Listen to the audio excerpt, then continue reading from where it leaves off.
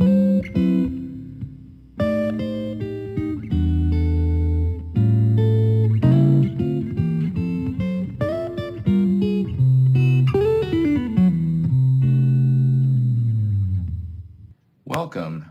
I'm Philip Pollack, and this is The Essentials of Political Analysis. I'd like to briefly introduce the book to you, talk about some questions that you might find interesting in political science, and discuss the general perspective on how you'll be able to address and answer those questions based on the skill sets in this book. We'll look at some, I guess you might call them potentially interesting questions that come to mind and maybe talk about those a little bit. A key focus of this introductory chapter is on the distinction between facts and values. We need to keep these in perspective. Of course, political science can address fact-based questions and opinions, but not value-based questions or value-based opinions. Talk a little bit about the scientific approach, not so much the scientific method yet, but a couple principles of the scientific approach in political science, and I'll offer some concluding remarks. Well, here's a question. In fact, President Obama suggested this would be a reform that the United States should pursue. Many democracies have mandatory voting. Would mandatory voting in the U.S. increase the representativeness of the electorate? What would the effects be if everyone were required to vote and perhaps fined if they did not vote, have to pay a tax if they did not vote? It's an interesting question. This is a kind of question as well that political scientists think about and simulate. We can simulate what an electorate would look like if mandatory voting were required in the U.S. It's interesting. A lot of political reform questions are really open to the sorts of methods that you will learn. Here's another one. One's a factual assertion, and then there's a kind of a skeptical question. We can show that women are more likely than men to vote Democratic. I wonder why that is. I mean, if you look at, compare women and men, gender is not the only thing that makes them different. Women on average make less money, have lower incomes than men do on average. And one could wonder if it's really a gender-based difference in terms of voting, how much of the gender gap is explained by income differences between women and men? This is also the kind of question, when we get to chapter 5 in the book, 4 and 5 in the book, we'll learn to control for rival explanations for the same phenomenon. And here's a real important, it's a standard question in comparative politics and political development. Does economic development cause countries to adopt democratic forms of governance? Well, that's a big question, and it's an important one. You can analyze data, learn to analyze data that compares poorer countries with richer countries and also compares their political systems. You could devise a theory, an explanatory process that might explain this difference based on income or wealth. These are the sorts of questions we ask all the time as political scientists. As political researchers, we observe the political scene and create explanations for what we see.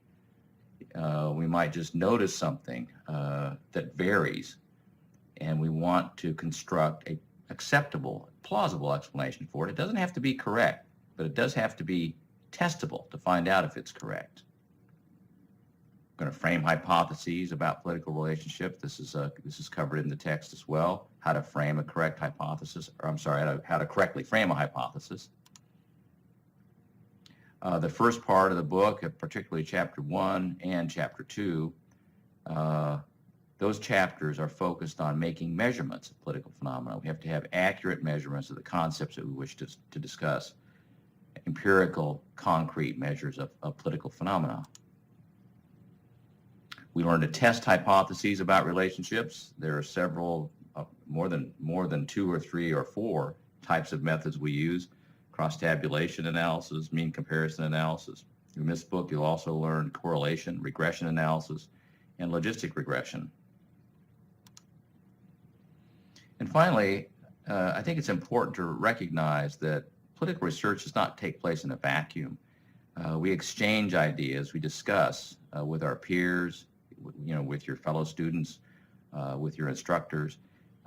Political scientists go to conventions all the time and present papers, and it's a vital part of the process to exchange ideas with other researchers and discuss the merits of various explanations.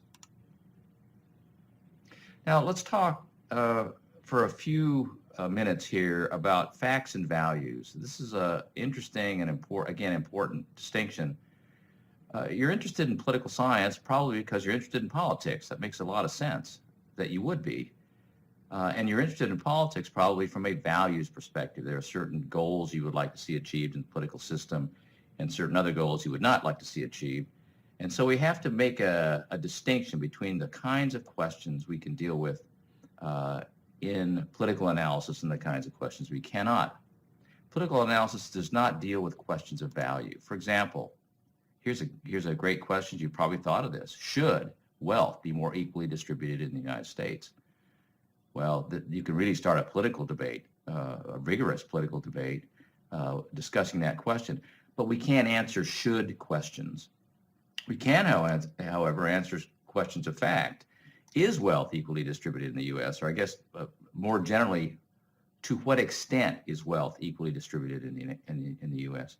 There's a venerable measure of equality called the Gini Index, which you can use to measure the distribution of, I guess, any resource really, but it's often used to measure the distribution of wealth or income. So you can place the U.S. in perspective with other countries, and then one could ask what causes. We could push the question farther and ask, why is it that wealth is inequitably distributed in some countries and more equitably distributed in others? So keeping with this theme, I don't mean to suggest that the skills that you learn here won't help you argue your political points. I mean, you have a political opinion, perhaps on abortion or gun control or same-sex marriage.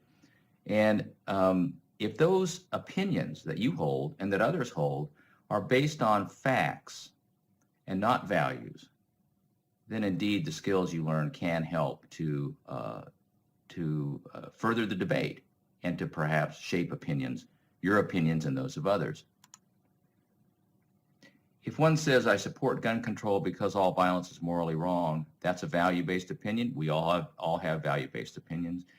And empirical data analysis and political research can't really impact those types of opinions. But consider this. If one says, I support gun control because it reduces crime, fewer guns, less crime, that's an empirically based opinion that connects two facts, the prevalence of guns and the incidence of crime.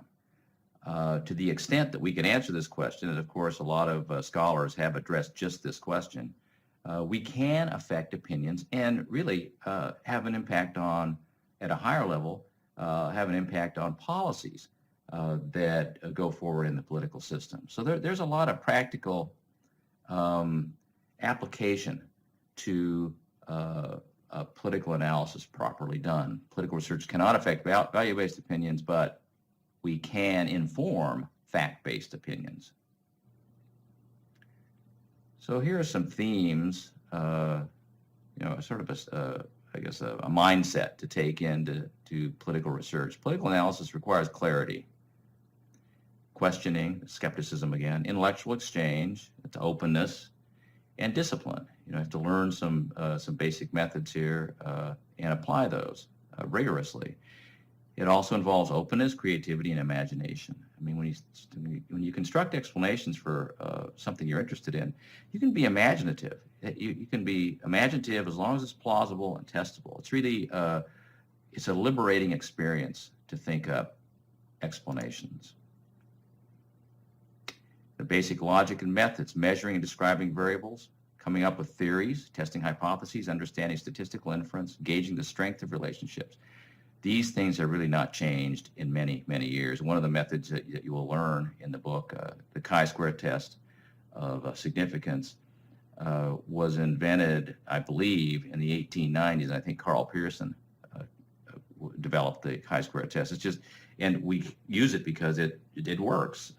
And so this isn't a field that you'll have to keep relearning. All these skills are very durable. The skills that you learn in this book are durable.